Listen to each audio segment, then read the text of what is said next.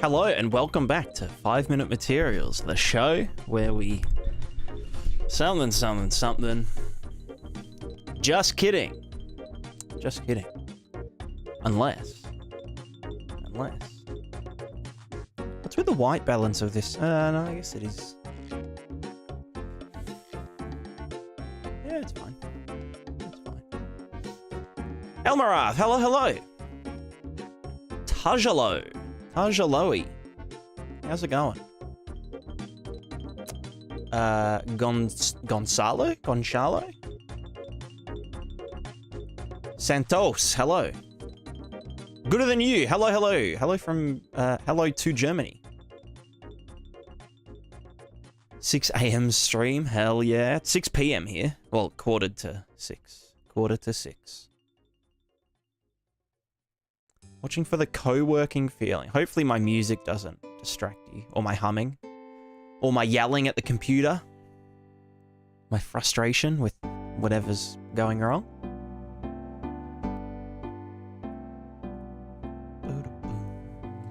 So what I want to do today, I want to film that video I was talking about yesterday about RVTs. It'll be a pretty short one, possibly. And then I want to think about Prismatica a bit.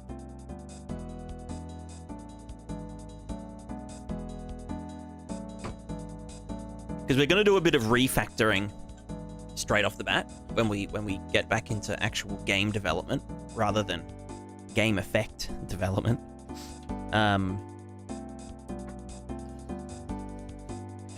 I want to think about my AI and LOD system for a big old large scale world simulation, because why not? Because that's what I want to do. That's what I like. So we're just gonna think about everything that sort of needs to be in there, like how to approach it, how to structure it and actually execute it.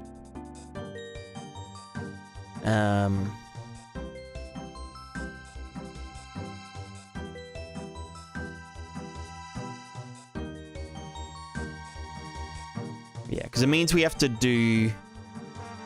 I mean, I'll think about it a little bit right now while people are filing in. But essentially, there's sort of 3 things, 3 areas that need to be smartified, I guess we could say. We've got actions. Let's do it down here. Actions. Actions. We've got attributes.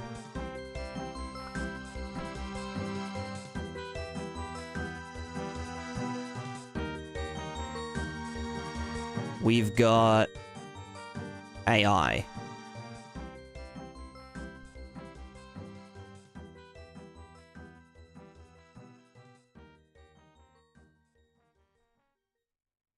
Right. So all 3 of these have a... what would we call it? Like...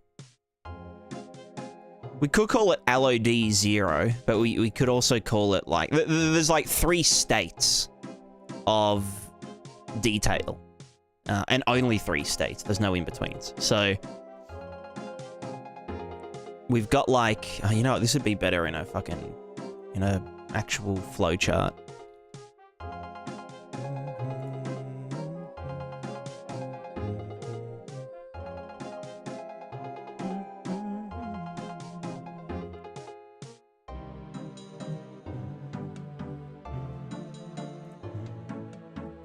Sign into Miro. I need to fix my back really quick. What do you mean create? Oh,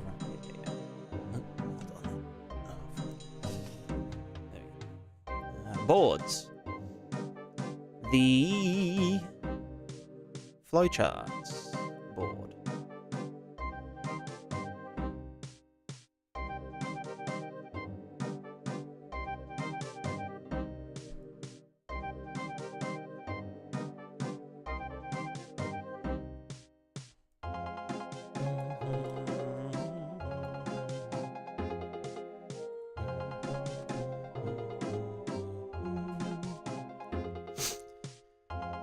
Do you have small projects before you started Prismatica? Still don't understand how your game is so optimized and use of best practices. No, Prismatica is my first and last game. In terms of like optimization and stuff, it's kind of just trial and error. And also like the want to explore game dev in general rather than ship a game. So at the moment, I'm more just interested in learning game development, and so I use Prismatica as my sort of my test bed.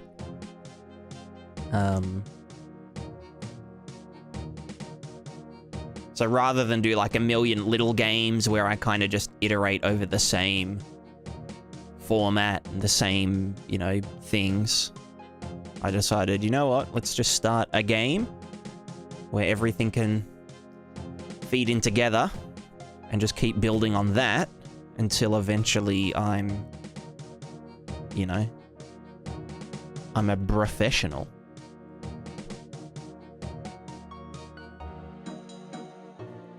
Can I get my colors? One.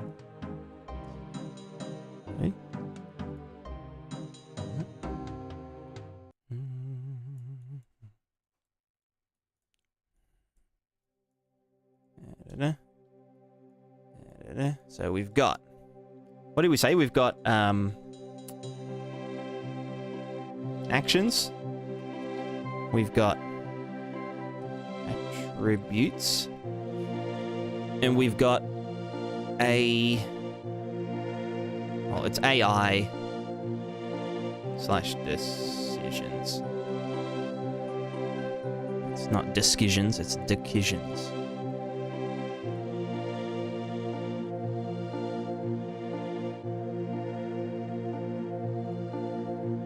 So loud. Sounds like you step after Prismatic to something else fancy or just not really. I don't know. I can't imagine myself working on a game that isn't, you know, the my dream game. Starting my dream game, Devlog 0. Devlog 1. I give up.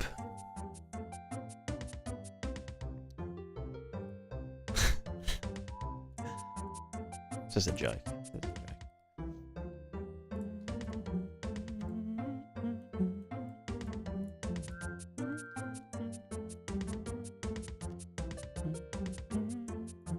Let's put them in closer, like that.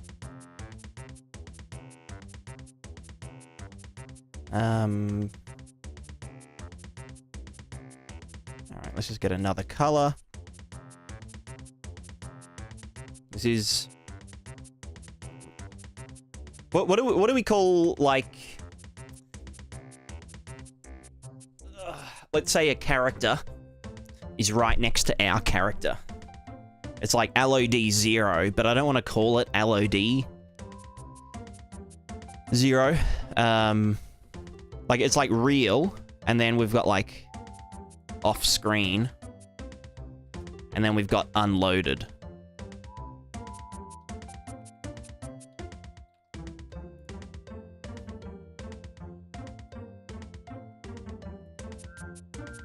I guess that's fine for now. We'll just, whatever.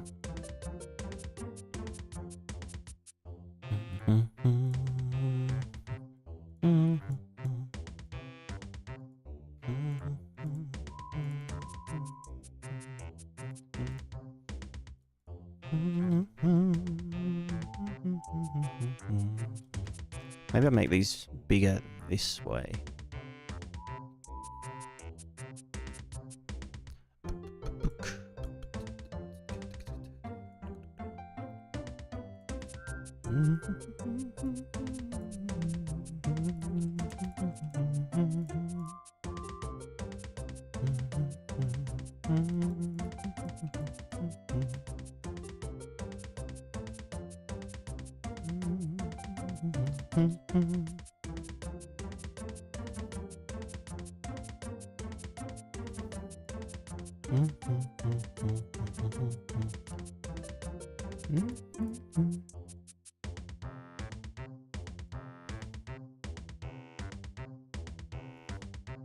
Alright, so let me give you guys an example of what I'm sort of talking about. What I'm talking about. Also, let's make these bigger this way as well. May as well.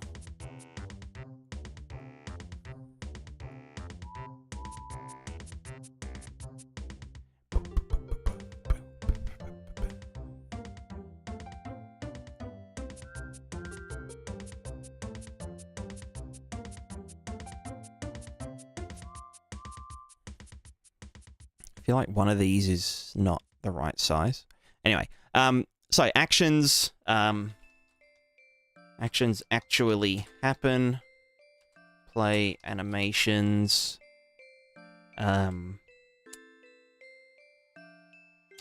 Look for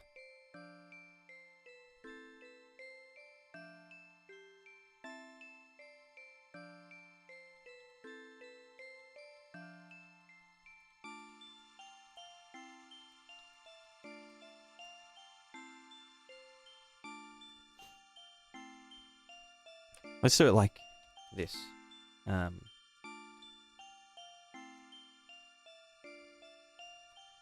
Animations play.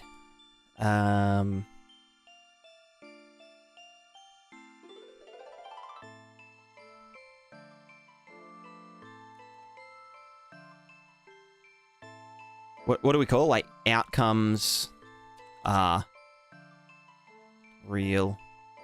Well, that doesn't really, you know, real hit detection, real attribute modification.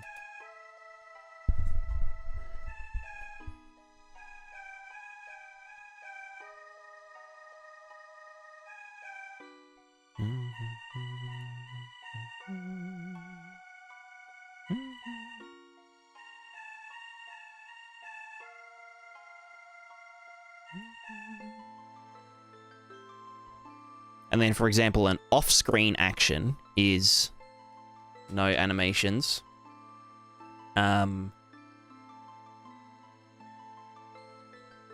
Actions are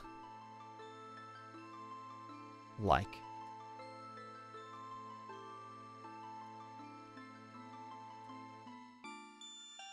not turn. I guess you could say turn-based in a way.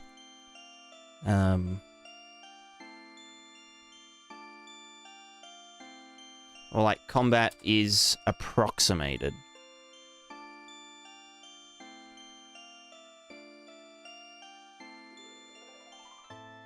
In real time. That.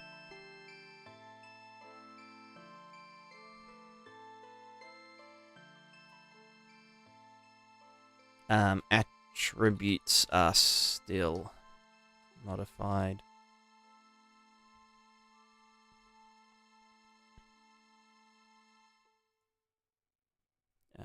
Real values are used.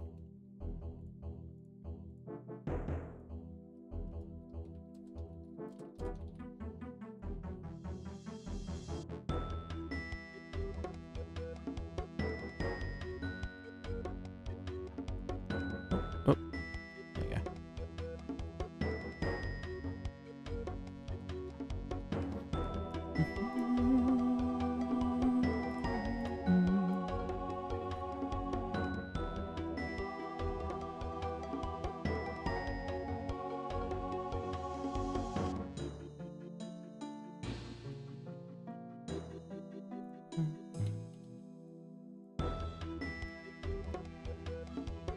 Andromeda, how's it going?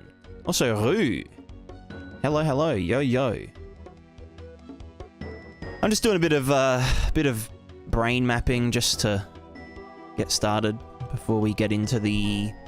We're gonna do a video and then we're gonna do the plugin while we also think about Prismatica stuff that I want to... Why? Can I just tell that to piss off? Or like move it? No? Son of a bitch.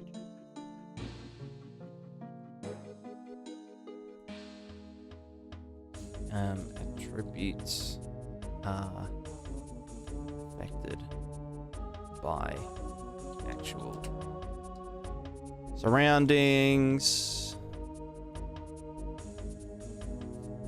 Attributes. Well, let's just say affected by. No, we don't have to say attributes.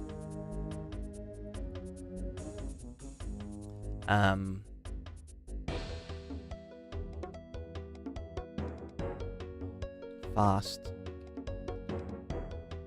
update rate.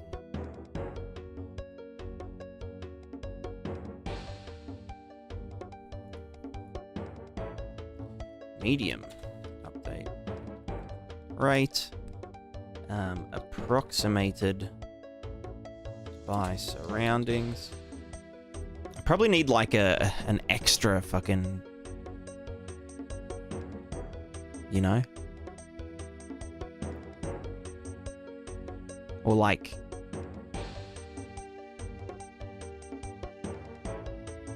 Yeah, maybe we do like this, but like make these all thin.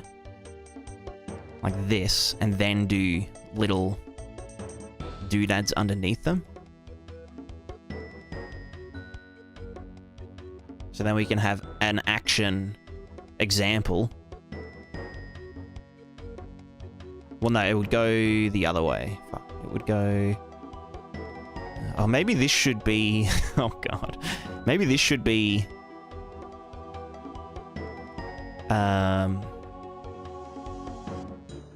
Organized like this.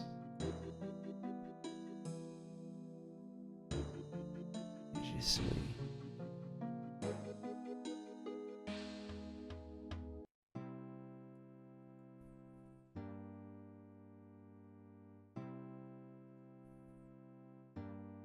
Because then we can say bam, bam, bam, like examples.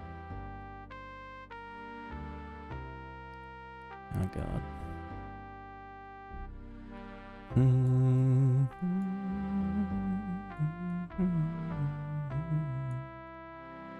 Should have done an actual table for this.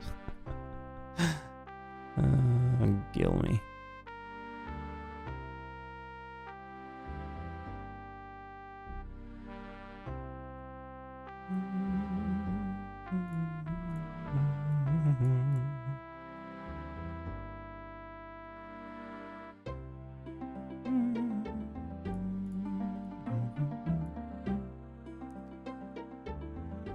Another day, another stream. That's right. That's right. I wasn't gonna stream until later tonight, but I got so bored. I was like, fuck it. I'm gonna stream.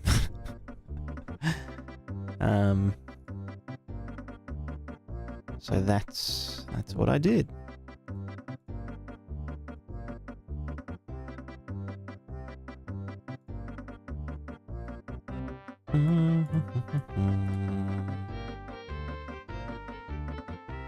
With like off-screen, I think we will actually do...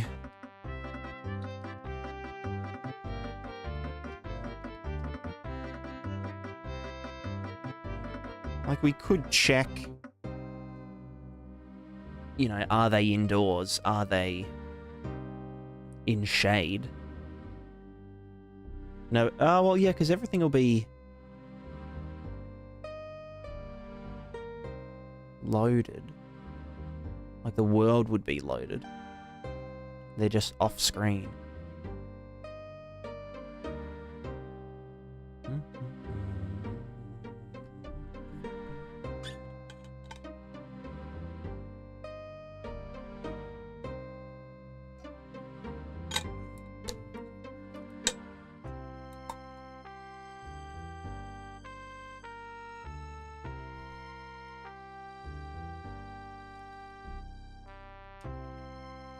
Oh, that rate needs a...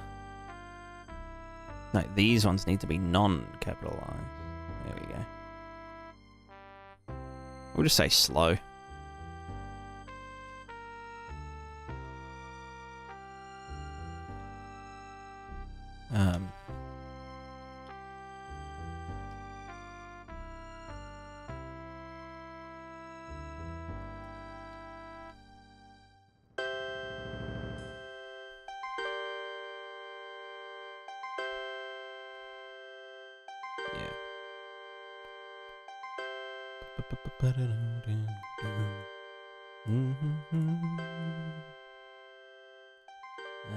No animations.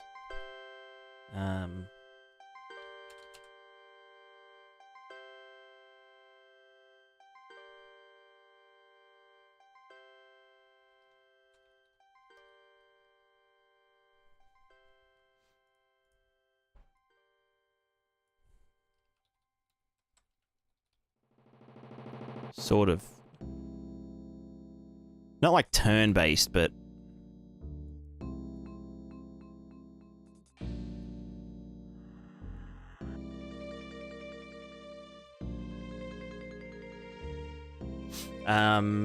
Attributes.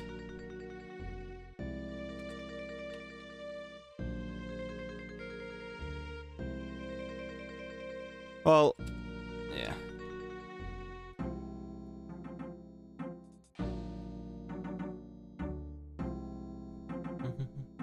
Slavical, how's it going? I'm doing pretty good. Just having a bit of like a bit of thinking at the moment. Doing some Prismatica related thinking.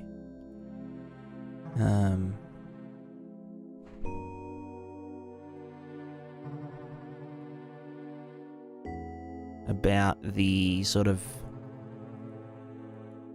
the game world levels of detail stuff. Like, you know, off-screen simulation and all that kind of things.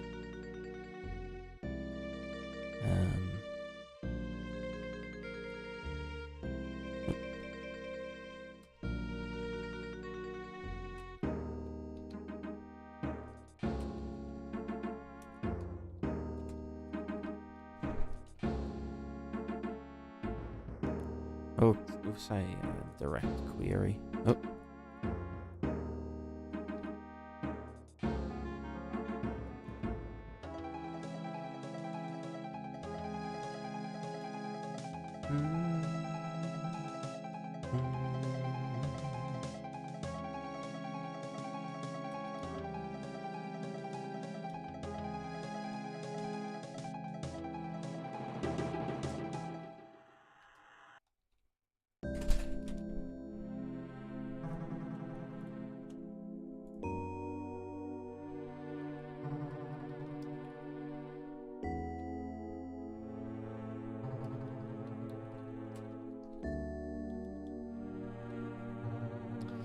They'll probably...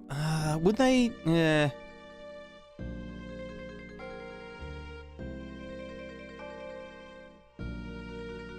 Would we do pathfinding off-screen?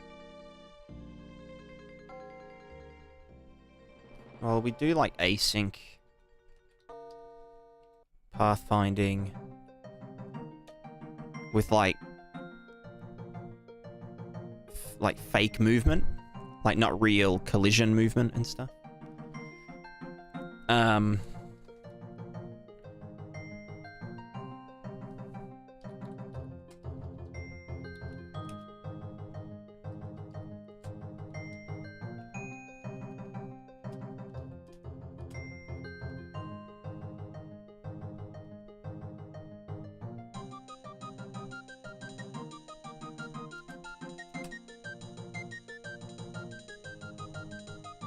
Well, what do I call it? I think, like, with the dialogue system, there's obviously, like, the...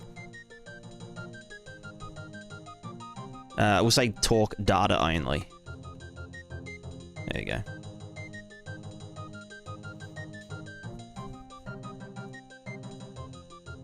And then this is all...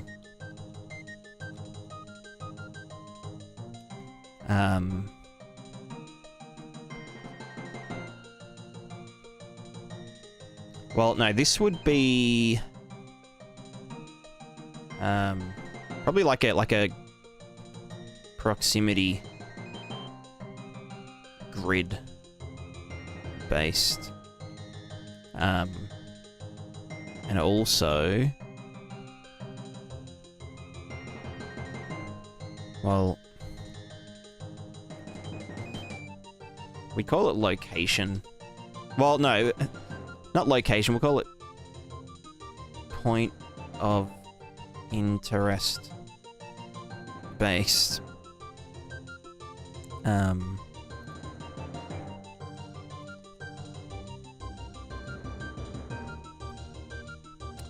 We do a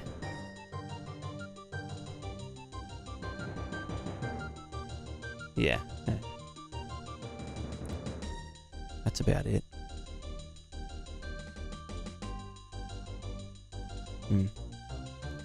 This might be watch the latest. At the moment, I'm just doing some pondering for Prismatica. But the plugin that we're working on is the Prismatiscape landscape and world interaction plugin, Niagara Grid 2D something. I don't know what I call it anymore.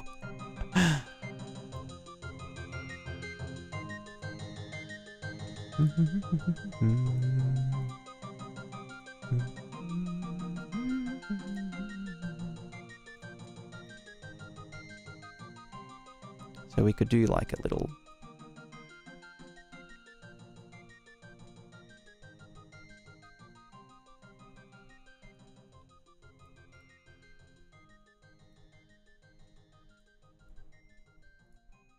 Yeah, actually I've got an idea on how to lay this out.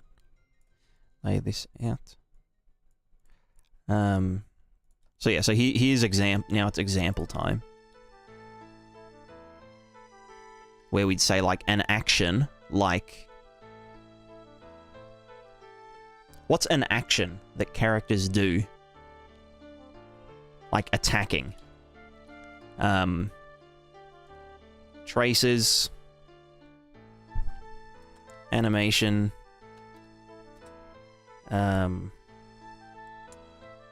Real hit. Location. Animation speed. From attributes. Play sounds. Et cetera. An attack would use weapon values.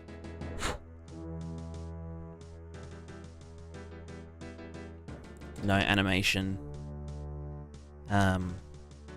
Attack speed approx. No sound / FX. Random body part target.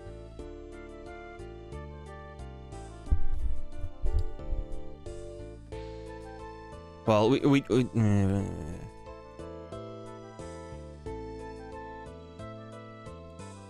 so real, well, yeah, real weapon values. We'll just call it real values.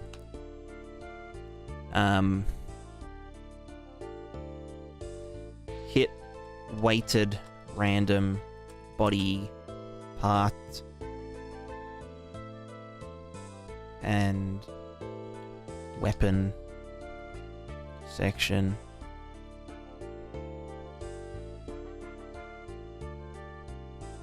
It'll be target. Anyway. Yeah. Oh, yeah.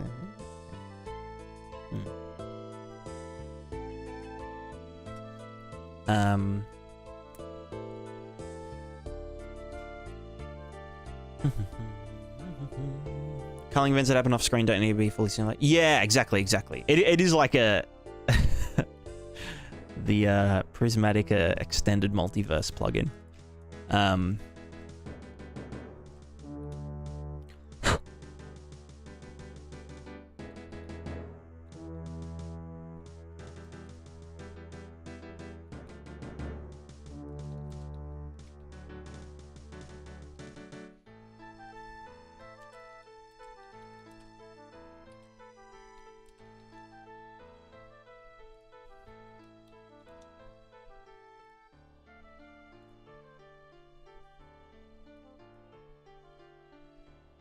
Understand what does off-screen mean? Out of field of view or way different area that still gets in there? Yeah, so like not necessarily like just off-screen, but like maybe 2 screens away. And then we load them back in the middle of whatever they were doing, in quotations. You know, when they're like 2 screens away. So,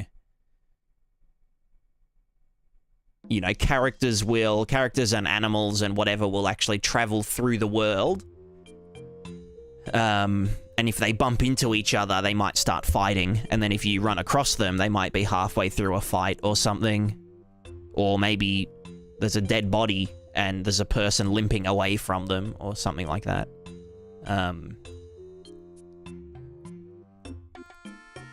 So, yeah, basically an off-screen arrow to the knee. Precisely.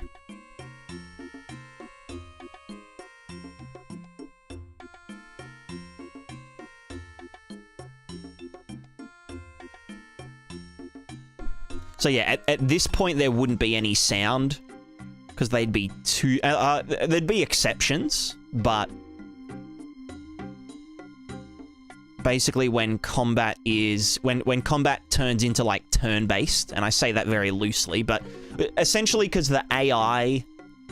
The way I program, like, the combat AI is to emulate human behavior.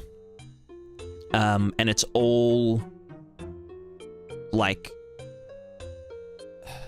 How do I even...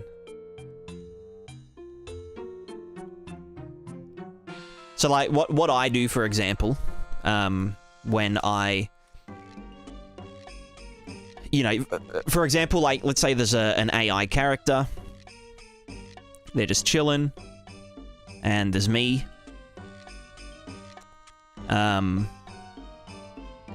And I attack this character with my sword. And it's a sword that is this big.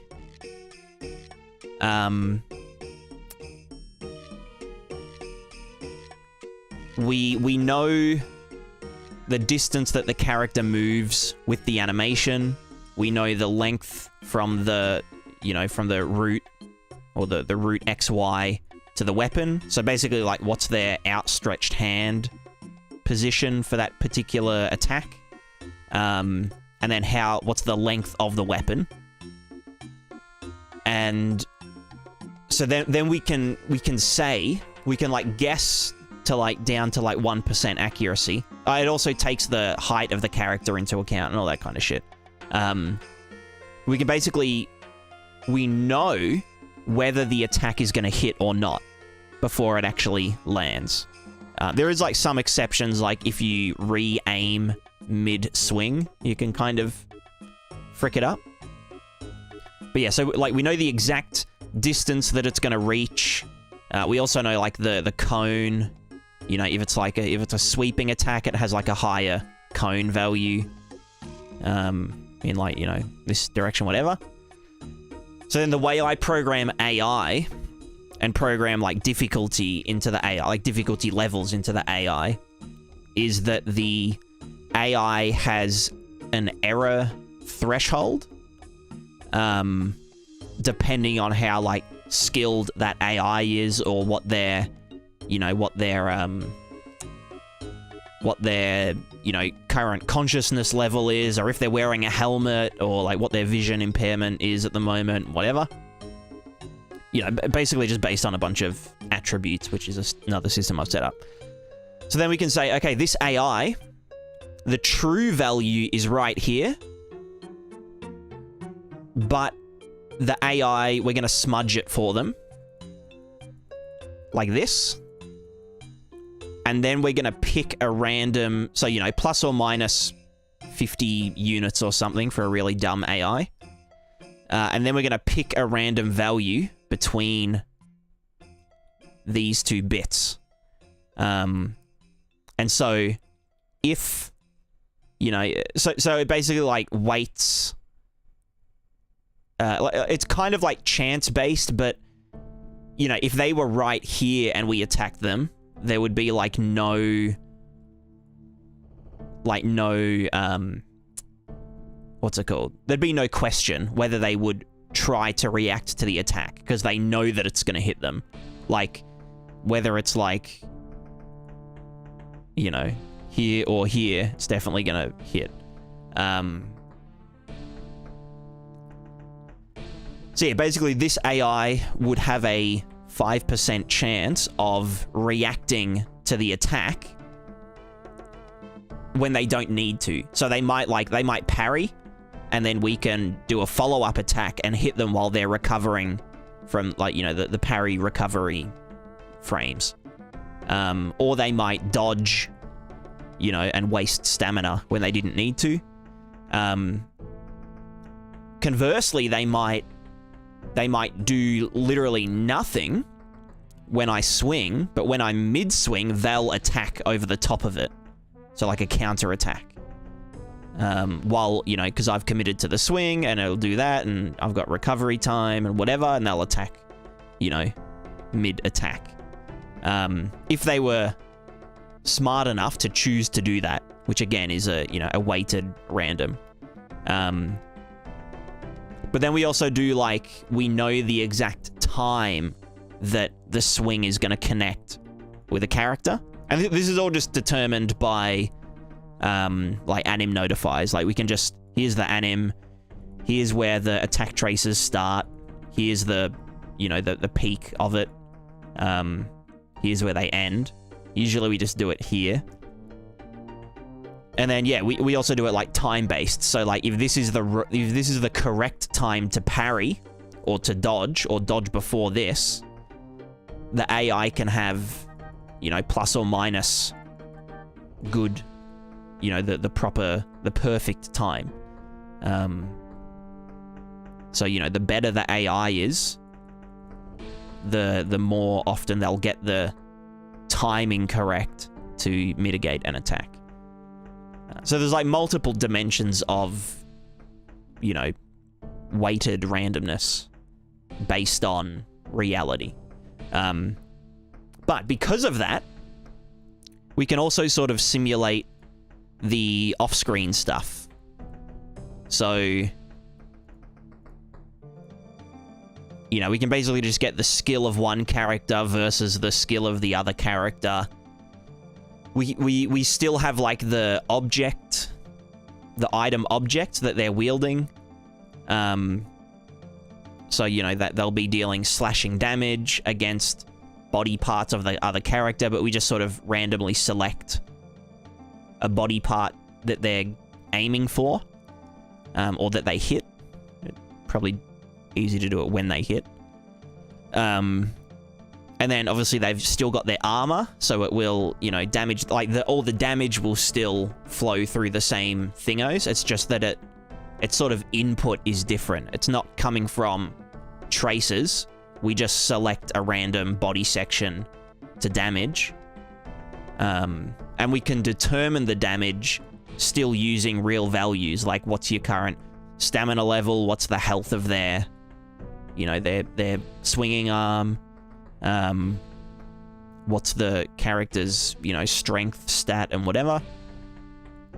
So, like, essentially at this level, the off-screen level, everything is the same except for all the calculations are the same except for the input to the calculation. The inputs are, you know, maybe that's a good way to say it.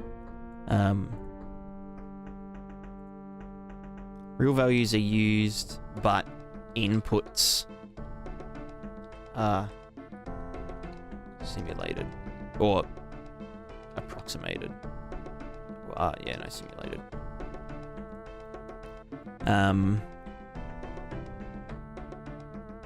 Yeah. And then, like just another example for, like, attributes, which are like stats and, you know, debuffs, buffs, the mood of the character, the temperature of an item, the whatever.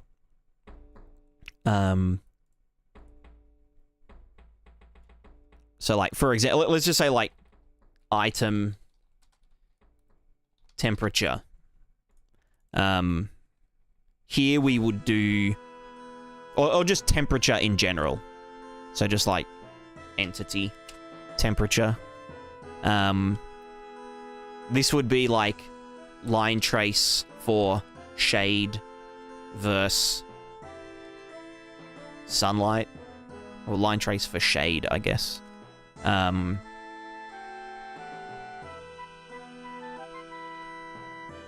Here we'd probably not do... Well, again, here we could maybe do it, because it's very low update rate, and the... No. So, no traces, but still use location.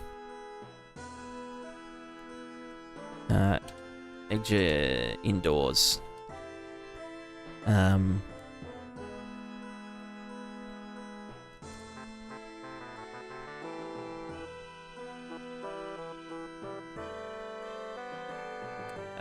Could still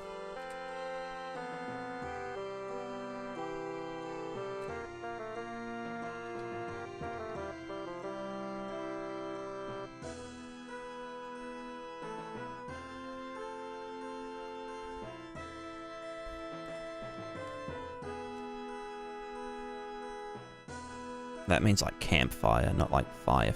Can I like change all of... Oh, I can change all of them to...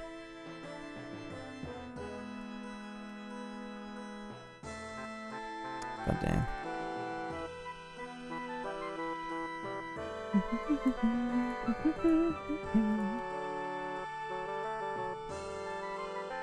Considering everything going on at once, you were in ACS implementation. Well, I've thought about it. But I don't know if it would actually work. Or like if it's actually the approach that I'll need to take. Because like none of the stuff needs to be updated frequently. And also nothing is uniform. Like it's not like we've got, I don't know, 1 million zombies, and all of those zombies are doing, you know, path towards character, and calculate their velocity to put into the anim blueprint, whatever.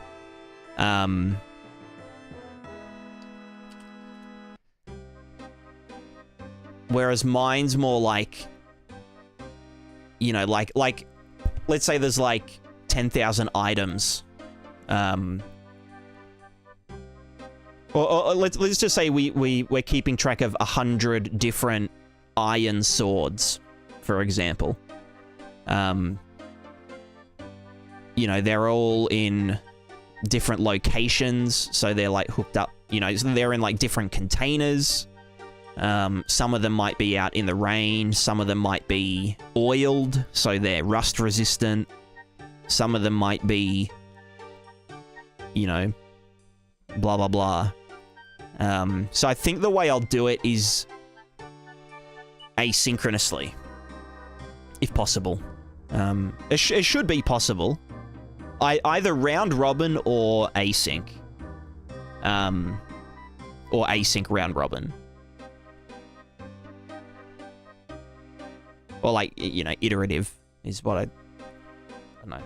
I don't know why I call it round robin, where we just like have an array of things and we just go through them one each frame, or multiple each frame, like a set amount per frame.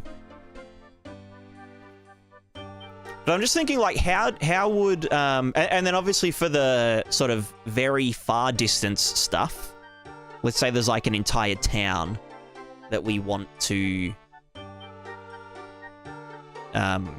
know, we want to simulate all of the characters in that town.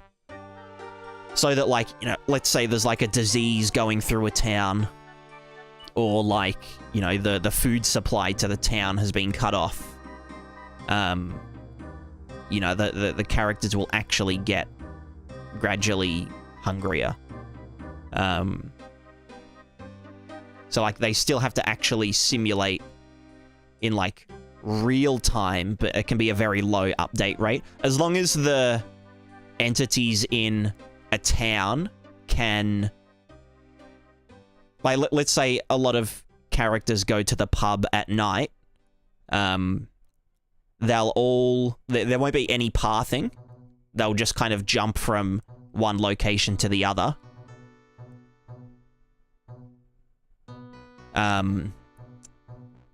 Or use like a proximity grid system to, you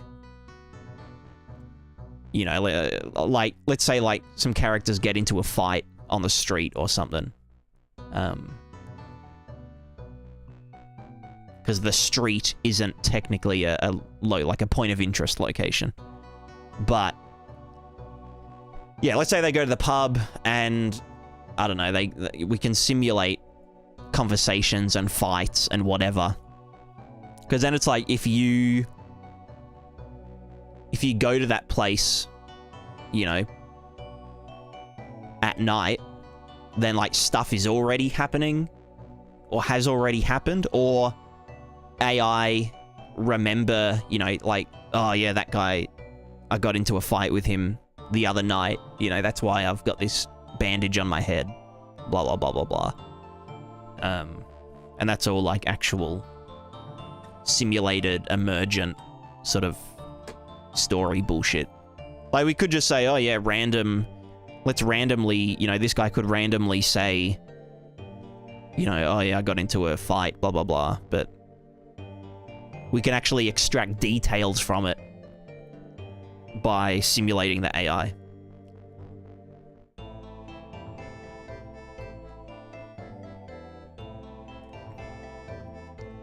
What about weather conditions? Find that out off screen. Does it even exist there?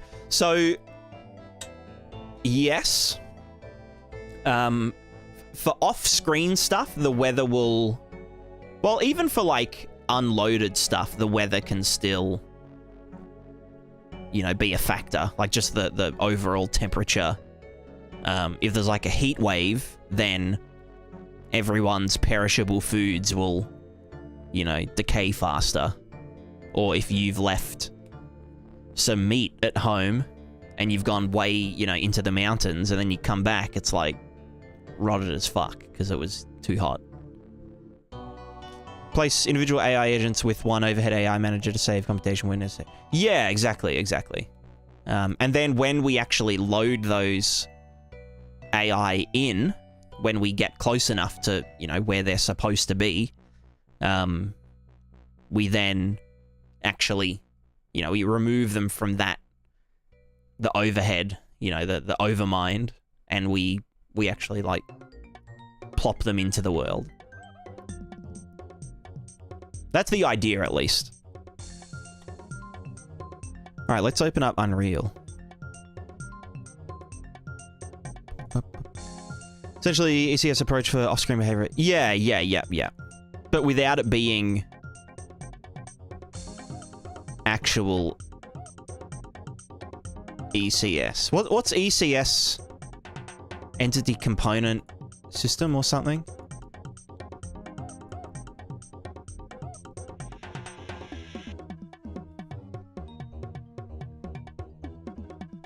Yeah. And, like, there's a lot of, like, there's a lot of hierarchies that we can take advantage of, like, with the way that, you know, like, there's a character, they have a house, that house has a list of items that are contained within it, or that are tied to the house.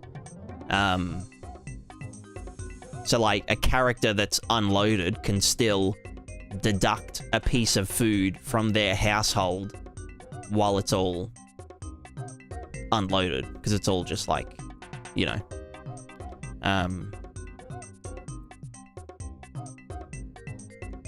you know, like, characters having their actual equipment and containers and whatever on them.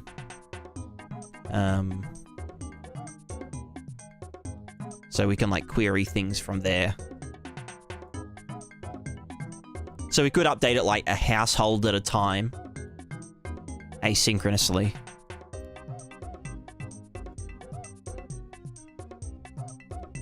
Because the thing about the off-screen stuff is that we would technically never be... Because the thing is with async stuff, I don't think you can, like, edit... Oh, there's, like, I don't know, I forget what it was specifically, but I remember when Sov was doing async or ECS stuff, there was, like, some stuff about, like, data that's currently being processed. So, like, if something is in scope of the async process, trying to access it in the main thread is, like, bad. Or something. I can't actually remember.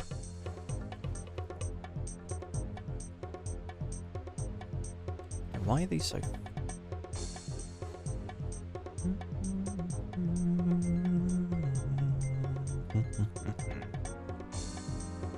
Dragonfly, how's it going? How is it going? Why are these so low res? Manager dynamically switch on-screen AI to overhead AI manager and vice versa. Yeah. Yeah. That's sort of the aim. Like, yeah, so there'll be like 3 stages. There's the true full, you know, gameplay in scope AI. There's the off-screen stuff, which is still loaded, but we switch it, you know, we turn off pathfinding, we turn off collision, we turn off animation.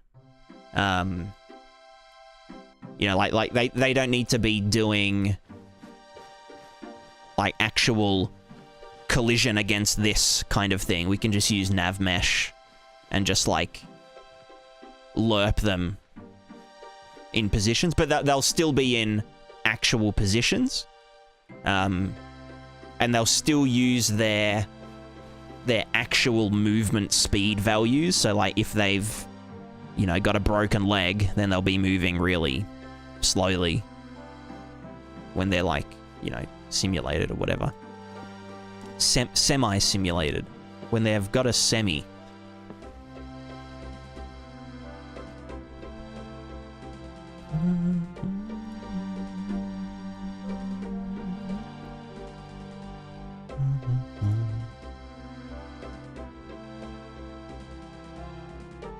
Okay, that's bullshit.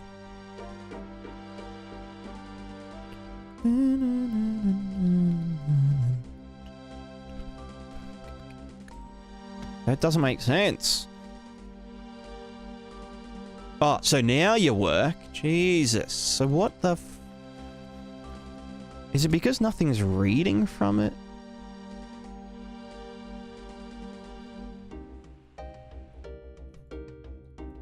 You know, I'm gonna sample wind here as well. Should I just send data on multiple? Yeah. Which I think would be fine, like to thingo. Why is this doing that?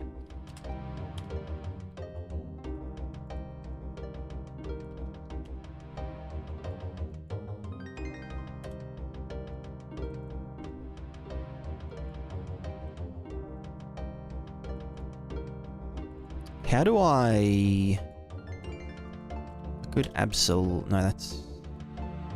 Yeah, we could lerp. Oh. Well, actually, no. Yeah, not abs. Let's get length. And then lerp that. That.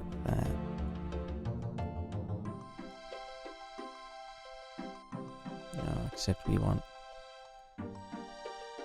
append.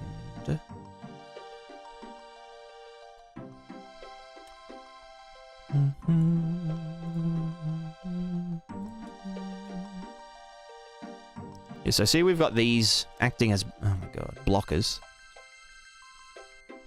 Where the frick did the character go? Oh my god. Player. Starto. Right, because he's underneath the thing. Gotcha. Okay. Oh, I can't generate wind because I'm fucking dumb as hell. Basically.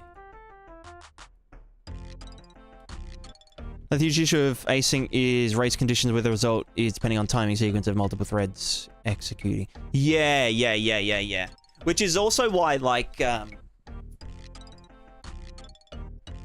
there'd be the main game thread, which is doing all game shit. And then I guess the off-screen stuff could technically be done on another thread, and then the really off-screen stuff could be done on another thread. Probably. I don't know. Because they would never have to interact with one another. Okay, so why is this working now? But...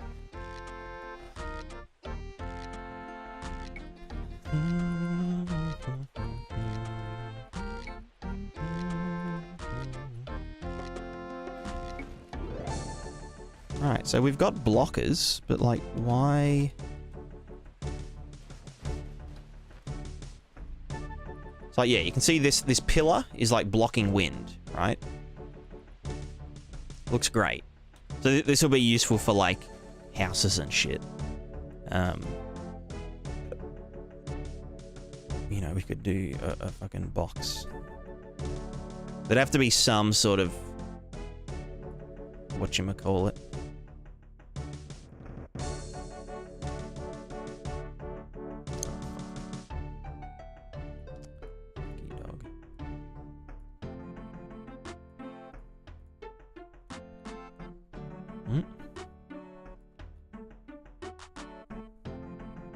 And these things to switch it from second thread to main thread when it comes on screen, vice versa, smooth manner, be race condition bottleneck. Well, I could, like, it doesn't have to happen immediately. It can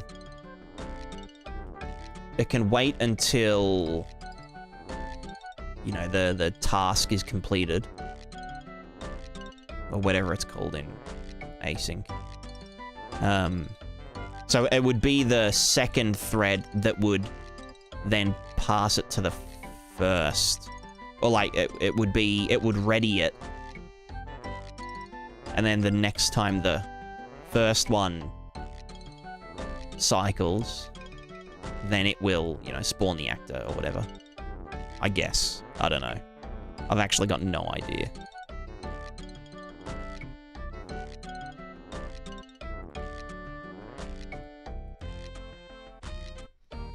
Then your main thread will have to wait a few seconds thread to finish, then move it into on-screen main thread. Yeah, exactly. Which is why, like, for example, the actual pathfinding, like, characters and stuff will be, like, 2 screens. You know, from, like, there to... In fact, probably just this...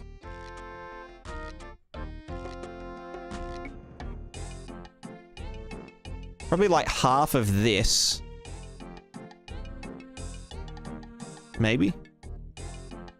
I don't know. Obviously, it will be a variable value, but yeah. Right, what I want to test is... Okay, this does... Okay, so as long as it doesn't exceed...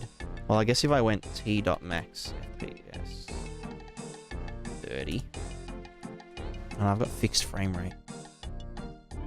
Async melts my brain too, is very tricky. Yeah, I can imagine. It sounds very, very interesting. That's for sure.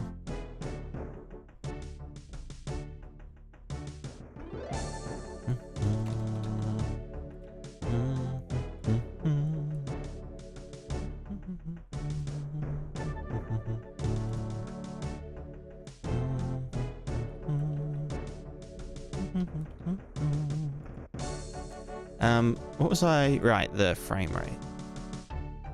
Because it's delta timed. Frame. Not fixed. Alright, so now we're at a juicy 30 FPS. This is supposed to... You know, the distance is delta timed. Okay, so none of it's getting through, which is good. What do we go lower? T.max FPS 10. Okay, it's really unhappy. Technically, some of it should make it through the wall. Yeah. Because the blurred, or like, you know, the... Basically, it's multiplied by delta time, so... We go to 120. Then, yeah, even, like, the thinnest of walls shouldn't thingo. Peepo pog. Even if we, like, make this giga thin. Well, I guess because the RVT has a minimum value. Yeah.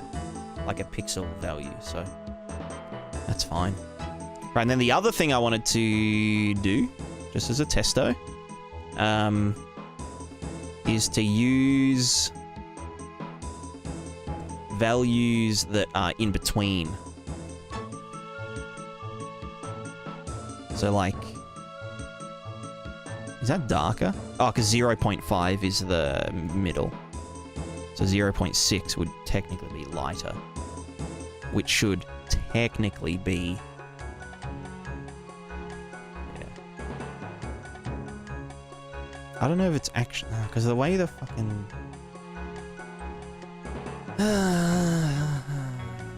the way the thing works... We'd also want to delta time it, probably. Like, I just want to see if we can deduct a bit of the wind per update for like a low wall or something. So we can choose like an erasure strength. Like, yeah, it's because I fucking hate it. Fucking piece of shit. Anyway, that's fine.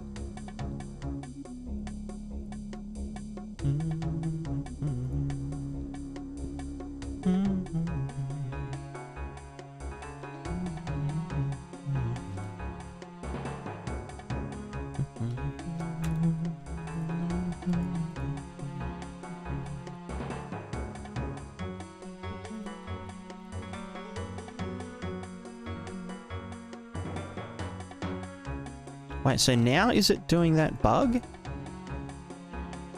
Now they're not even like... Now the RVT is not even real. Like, it's just not there. Oh no, it's because I changed, because they all use the same fucking material. You dumbass. Stupid boy.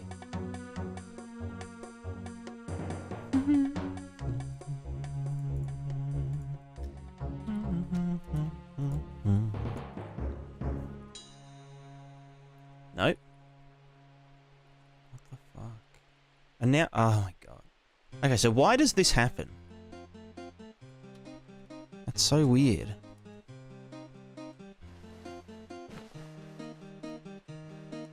So like, see like how this is like really low frequency, or like low resolution? But then when I put something that's sampling the RVT in that tile, like this, then it will be accurate. See? Accurate enough. So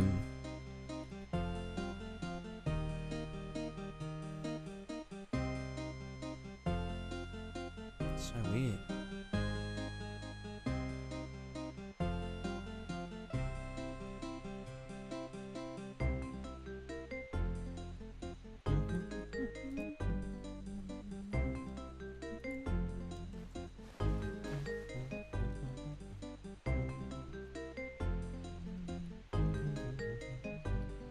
So obviously the Niagara RVT thing isn't sending a query.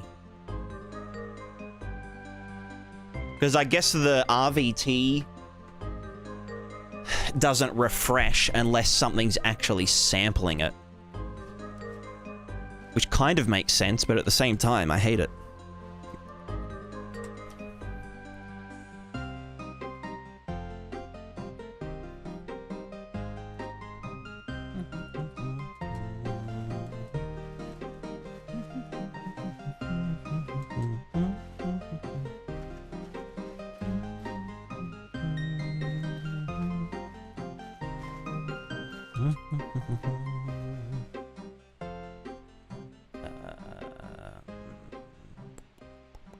Why is that happening?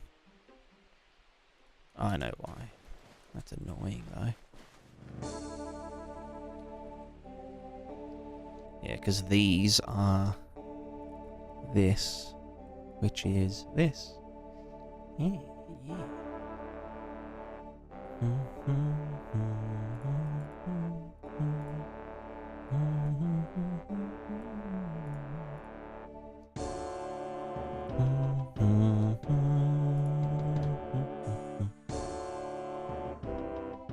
Anyway, let's get rid of these.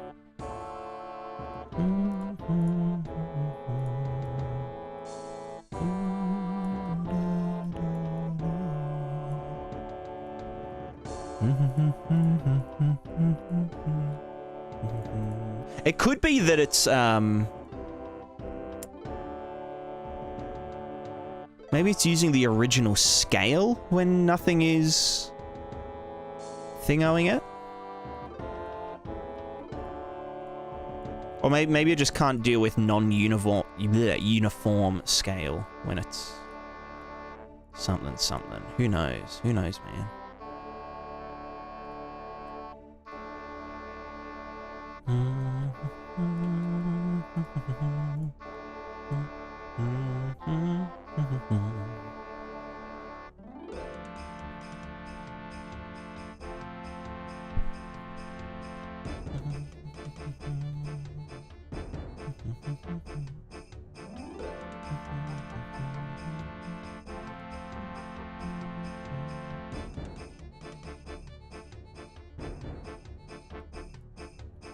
Leaves, we're gonna go here, won't they? Let's get a plinth, little plinthy boy.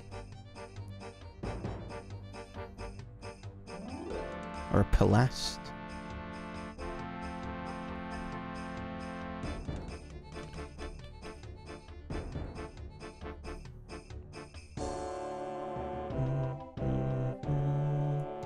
That's not you. All right.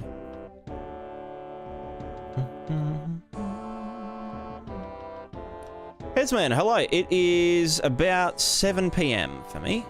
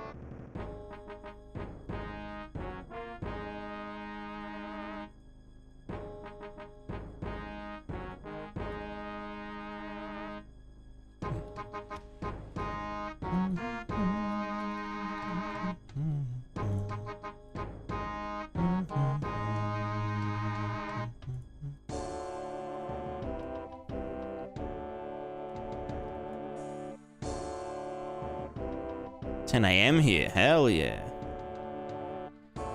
It's breakfast time.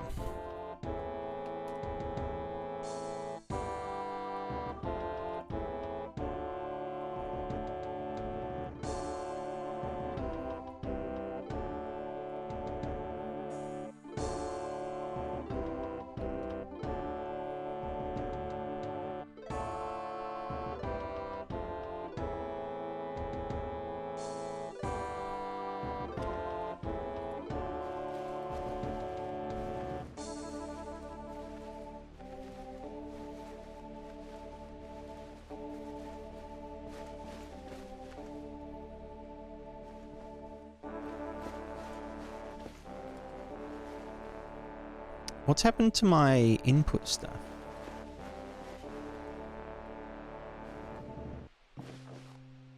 Did I disable input drawing? Oh, I was using input drawing for something else.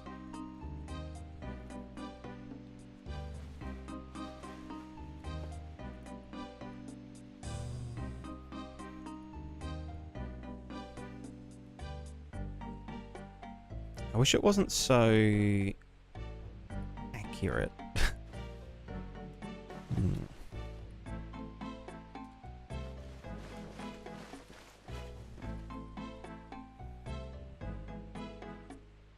Oh, no, I wish it was more accurate, I guess. I don't know. Because it's a very low res. So, like, that is... Ah, it's fine. Fuck it. I mean, I could...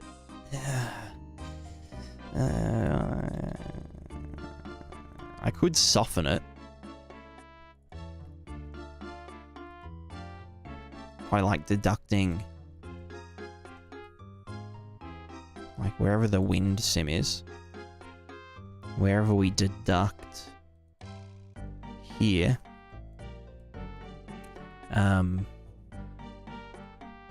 we could do this.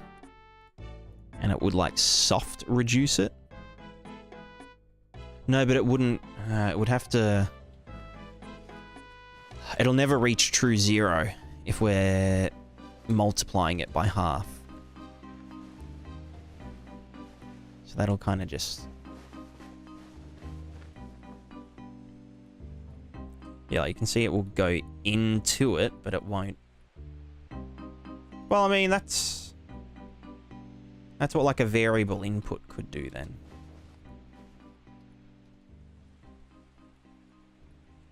You know?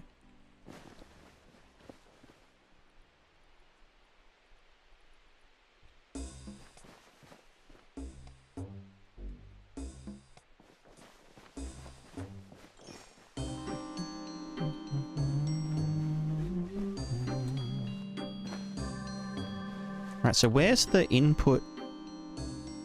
Why is our input not being drawn?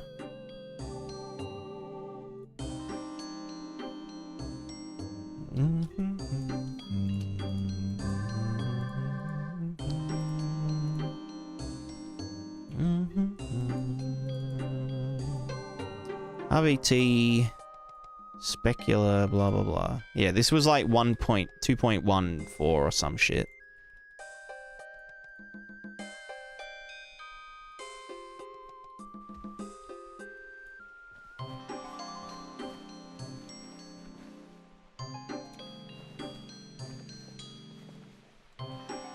Night Patat, hello, hello.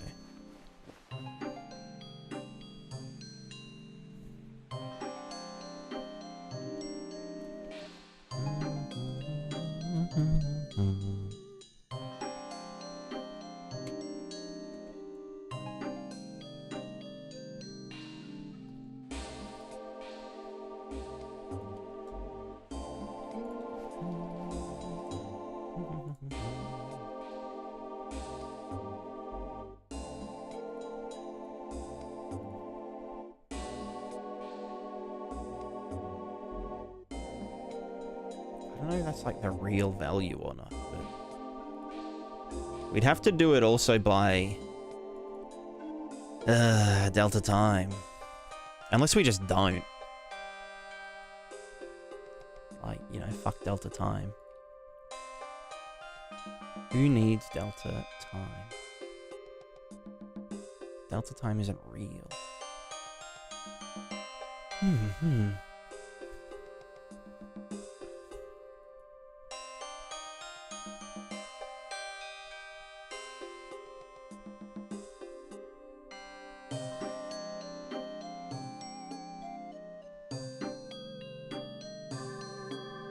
Anyway, I wanted to test if this was a... Oop. Basically, I have to do shitty workarounds until they make the RVT sample in Niagara node not fucking sRGB. So if this was like 0.001 0.5 is the default. I wanted to actually test. Does it... If there's nothing plugged in here, does it use the actual specular value? Or does it just say 0.5? That's something I want to try. So this shouldn't block the wind. Okay, it doesn't. That's good.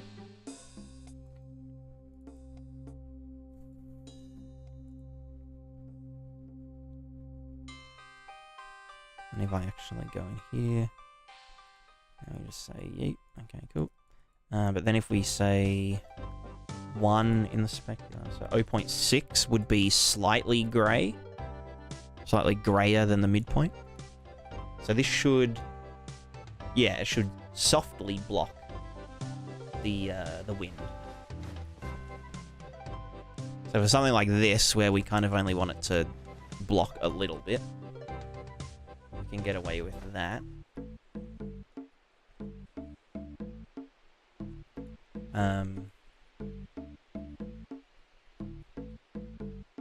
But then for something harder, something hard, we can go to... Do I have a wall mesh? But it's a fucking thick boy, goddamn. We could do... I mean, we could just thinnize it. Thinnize?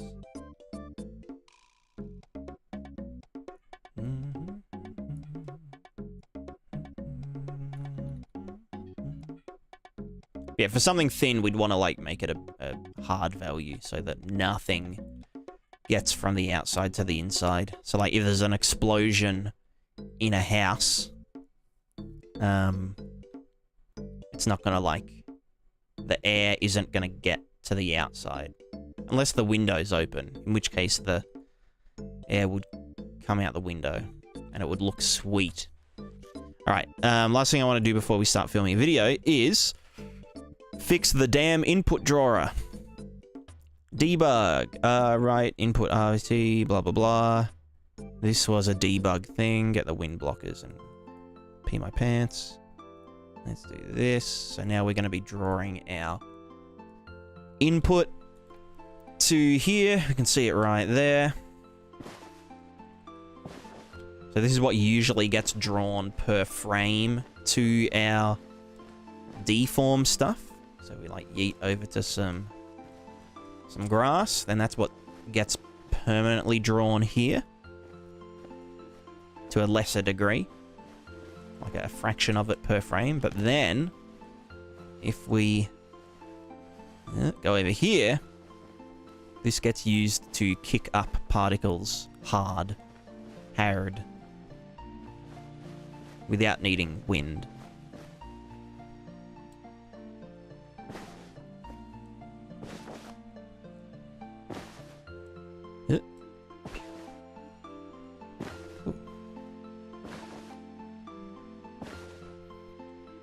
Pog.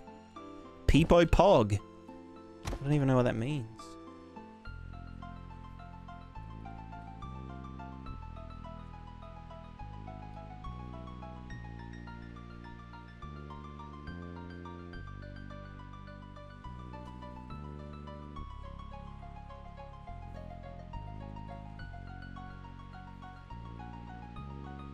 Cool.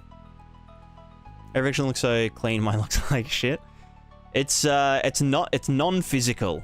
It's all just YOLO'd, basically. Yeah, there's like nothing physically based about it. It's based, but it's not physically based. Also, this is it like times 100. Usually it would be a lot smaller, but I've just pumped up the input for some reason. Wind simulation, wind input strength, 0.1. Do leaves know if they are wet, or do they fly around regardless? Now that is a fucking ripper question. If they were wet,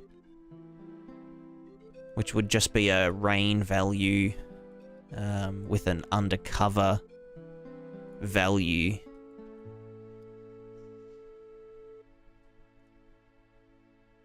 It's doable, yeah, for sure.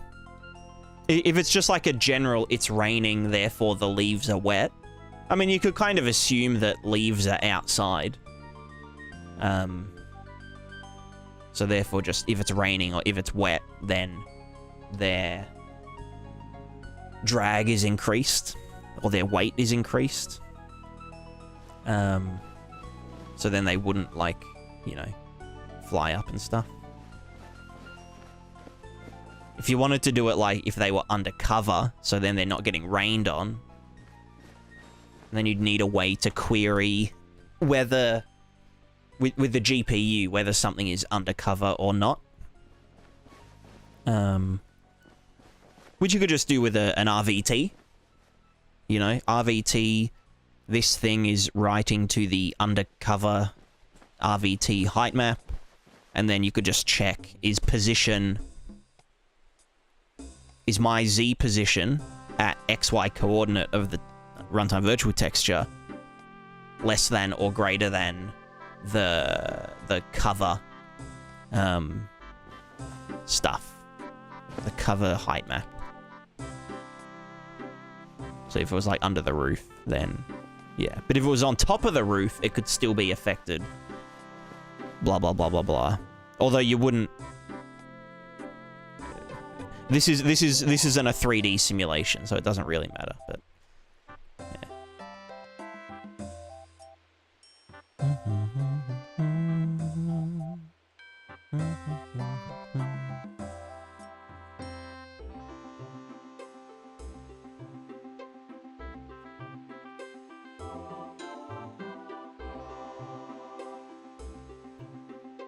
pew pew.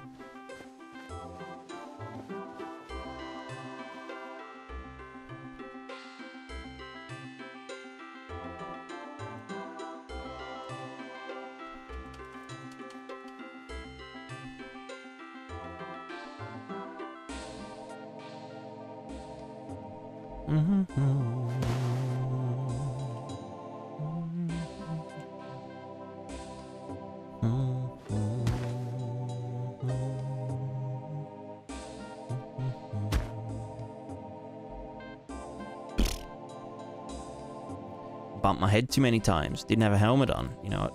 I'm gonna just put a helmet on so that I don't fucking die all the time.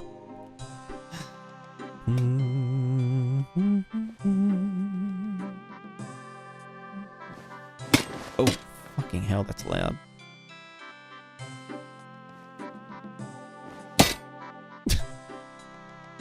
Alright, well, I'm still getting concussed.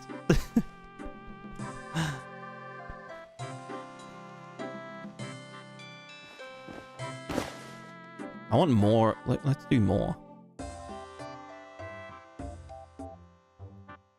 I wish you could do like GPU self-collision nicelier.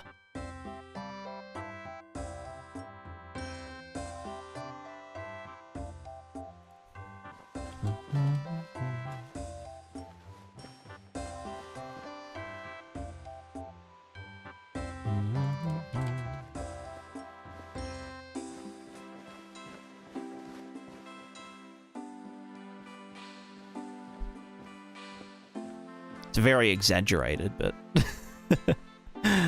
YOLO.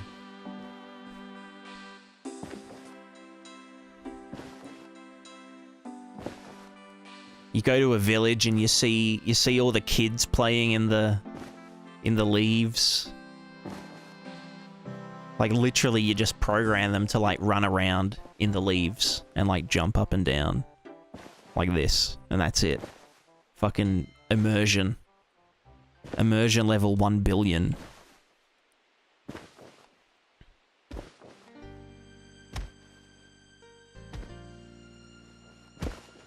And you just make them do this every now and then. He's currently playing in leaves, and they fucking bash their heads on the ground and die. Although children would weigh a lot less, so it'd take a few more knocks on the head to actually damage them that much. Although they'd have a lower pain threshold, so they'd probably pass out sooner. So it kind of balances out in the end. Anyway.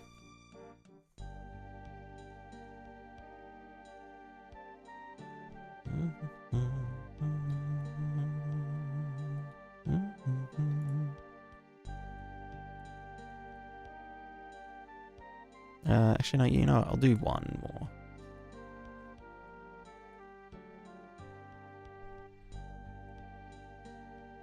But, like, this one can be smaller. So there's, like, more in the center.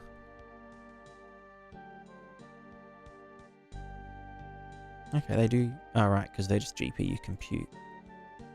You know?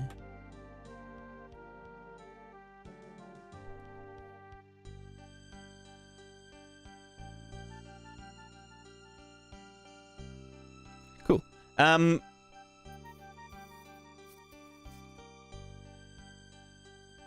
That's nice that they're not spawning in something. Cool. Let me just check one last thing that I had disabled at some point, which was wind affecting water, which it isn't doing right now. That's an easy one. We just do...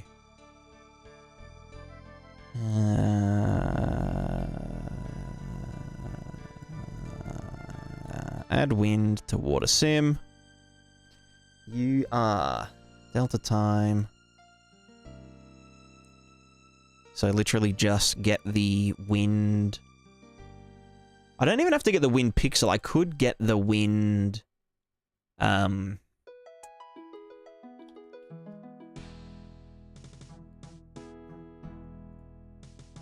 wind density.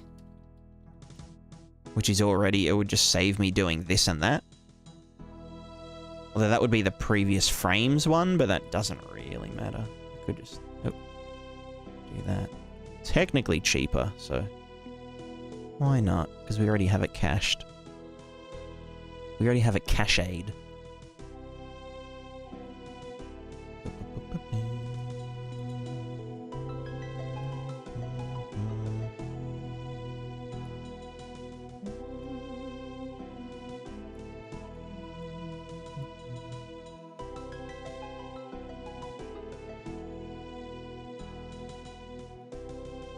So why do you not go there? And you go there? You're all just multiplicative. Multiplicative boys.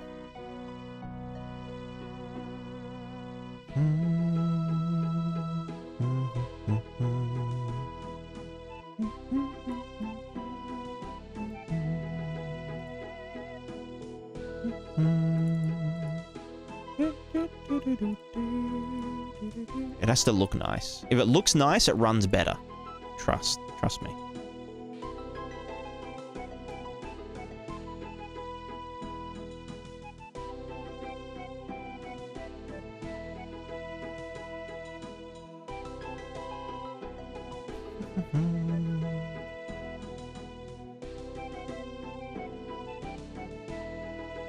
Nice. Okay. So this is just the thing minus min wind influence. Makes sense. Saturate that. Do a bunch of noise just using